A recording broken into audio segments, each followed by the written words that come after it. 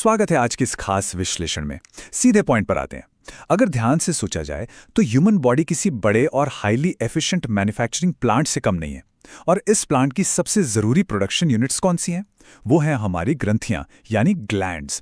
ये दिन रात बिना रुके ऐसे लाइफ सेविंग केमिकल्स बनाती हैं जिनके बिना एक पल भी काम नहीं चल सकता। आज हम इसी पूरे सिस्टम को डिकोड करेंगे कि आखिर ये ग्रंथियां क्या हैं और ये इतने बेहतरीन तरीके से काम कैसे करती हैं। इस विश्लेषण में आगे बढ़ने के लिए हमारी रूपरेखा कुछ इस तरह रहेगी। सबसे पहले इन शरीर के निर्माताओं को समझेंगे, फिर ग्रंथियों के मुख्य विभाजन को देखेंगे, उसके बाद एक्सोक्राइन ग्रंथियों और उनके एंजाइम कारखानों के अंदर झांकेंगे, एंडोक्राइन स्थानों की मैपिंग करेंगे और आखिर में उन खास अंगों की बात करेंगे जो दोहरी भूमिका निभाते हैं। तो चलिए शुरुआत करते हैं अपने पहले हिस्से से, शरीर के निर्माताओं से मिलिए। आखिर ये ग्रंथि होती क्या है? टेक्निकल भाषा में कहें तो ये एपिथेलियल सेल्स यानी सतह की कोशिकाओं का एक ऐसा ग्रुप है जो मॉडिफाई होकर जरूरी चीजें बनाता और रिलीज करता है। अब चाहे वो खाना पचाने वाले एंजाइम्स हों, बॉडी को कंट्रोल करने वाले हार्मोन्स हों या फिर गर्मी में शरीर को ठंडा रखने वाला पसीना, इन सब की शुरुआत एक ही तरह की टिश्यू से होती है। एम्ब्रियो यानी भ्रूण के विकास के दौरान यही कोशिकाएं अंदर की तरफ बढ़कर इन ग्रंथियों का रूप ले लेती हैं। अब यहाँ एक बहुत ही बुनियादी सवाल उठता है। इन बायोलॉजिकल कारखानों ने अपना केमिकल तो बना लिया, लेकिन अब ये जाएगा कहाँ? इसकी डिलीवरी कैसे होगी? दरअसल डिलीवरी का ये तरीका ही वो सबसे अहम पॉइंट है जो ये तय करता है कि कोई ग्रंथि किस कैटेगरी में आएगी। और यही हमें ले आता है दूसरे हिस्से पर, ग्रंथियों का मुख्य विभाजन। अगर ग्रंथियों को डिवाइड किया जाए तो दो सबसे बड़ी टीम सामने आती हैं, एक्सोक्राइन और एंडोक्राइन। इनके बीच का असली फर्क इनके डिलीवरी सिस्टम में है। एक्सोक्राइन ग्रंथियां अपने टारगेट तक पहुंचने के लिए डक्ट्स यानी नलिकाओं का इस्तेमाल करती हैं। इसे एक प्राइवेट हाईवे की तरह समझ लीजिए। वहीं दूसरी तरफ एंडोक्राइन ग्रंथियां बिल्कुल डक्टलेस होती हैं। उनके पास अपनी कोई नली नहीं होती, तो वो अपने पावरफुल उत्पादों यानी हार्मोन्स को सीधे रक्त प्रवाह में छोड़ देती हैं, बिल्कुल किसी पब्लिक ट्रांसपोर्ट सिस्टम की तरह जो उन्हें पूरे शरीर में फैला देता है। भ्रूण के विकास के दौरान इन दोनों प्रणालियों का अलग होना सच में हैरतअंगेज है। जब शरीर बन रहा होता है तब एक्सोक्राइन ग्रंथि अपनी सतह से जुड़ी रहती है और आगे चलकर यही जुड़ाव वो नली या डक्ट बन जाता है। लेकिन एंडोक्राइन ग्रंथि का रास्ता अलग है। वो सतह से अपना कनेक्शन पूरी तरह तोड़ लेती है। नली वाली कोशिकाएं गायब हो जाती हैं और उनकी जगह रक्त केशिकाएं यानी कैपिलरीज उस ग्रंथि को चारों तरफ से घेर लेती हैं ताकि डायरेक्ट सप्लाई ली जा सके। तीसरा हिस्सा, चलिए अब एक्सोक्राइन ग्रंथियों के अंदर चलते हैं। चलिए इस प्रोसेस को बिल्कुल माइक्रो लेवल पर देखते हैं। यहाँ मेरोक्राइन स्राव हो रहा है, जो कि सबसे कॉमन तरीका है।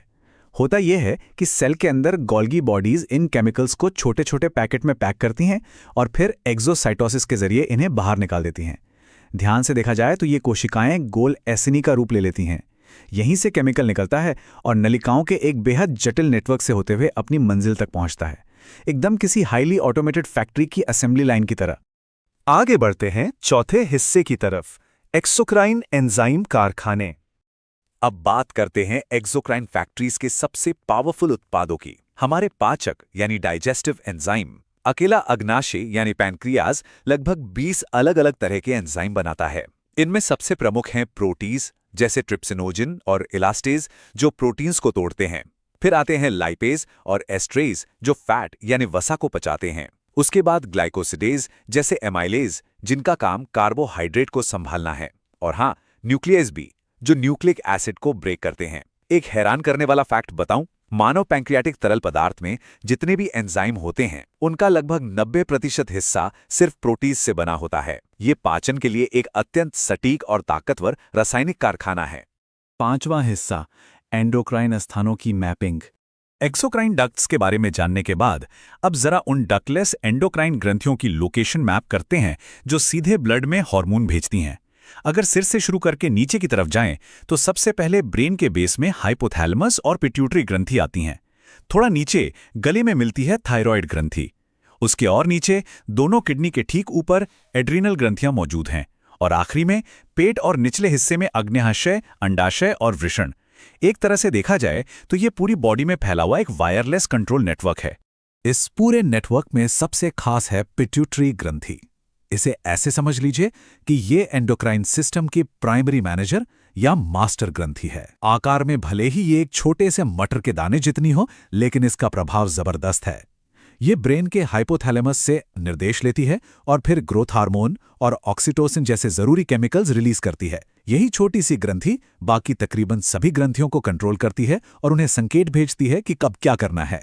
छठा और आखिरी हिस्सा, दोहरी भूमिका वाले अपवाद।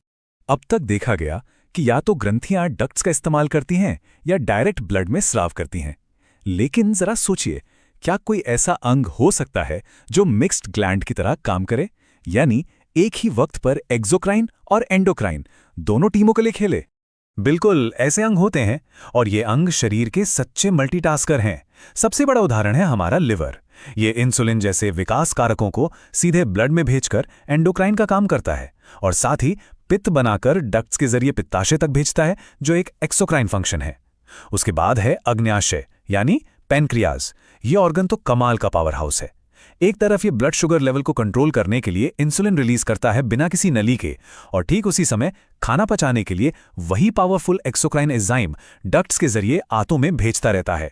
इन सभी जटिल प्रणालियों को समझने के बाद अगर थोड़ा पीछे हटकर उस बुनियादी परिभाषा को दोबारा देखा जाए जहां से शुरुआत हुई थी, चाहे कोई ग्रंथि एक्सोक्राइन हो और किसी नली के जरिए एंजाइम भेज रही हो, या एंडोक्राइन हो और ब्लड में सीधे हार्मोन डाल रही हो, हर एक स्राव की शुरुआत एक ही जगह से होती है, मॉडिफाई हुई एपिथेलियल कोशिकाओं से। यही विशेष कोशिकाएं इस पूरे सिस्टम का मूल आधार हैं।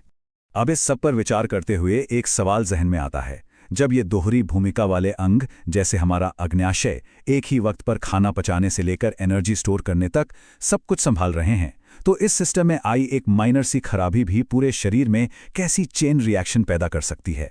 ग्रंथियों और इनके डक्ट और डक्टलेस प्रणालियों की ये कहानी सिर्फ बायोलॉजी नहीं है, बल्कि उस अत्यंत नाजुक बैलेंस का सबूत है जो जिंदगी को बनाए रखता है। इसी सोचने पर मजबूर कर देने वाले विचार के साथ हमारा ये विश्लेषण यहीं समाप्त होता है।